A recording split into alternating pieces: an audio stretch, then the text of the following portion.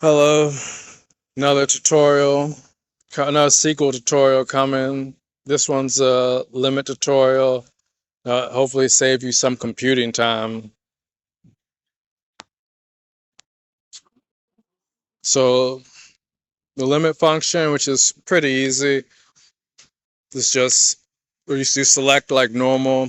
So select apostrophe, the from, which is which table you're going to grab it from. Then the limit keyword, which is what we're looking for today. And then the number, followed by a number of records you want to pull, followed by the semicolon. And it's not zero based. Sorry, bunch of cars. It's not zero based, so the 4 is actually 4. It's not 5 or anything like that. But so our customers table has 5 records total. But if I make the limit to 2, they'll only select 2 from the record.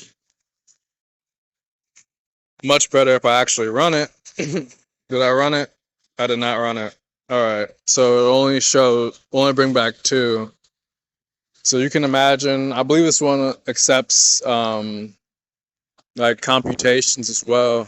So if you want to do like the top customers, or the customers that paid a certain amount, but you didn't want to grab every single customer that's paying a certain amount, or I don't know, I guess like 7-footers in the NBA. If you want to check how many, you don't want to pull up every single one if you don't need to, just because it'll kill your computation time, especially if it's like a huge company with a huge database. So here you're only grabbing 2.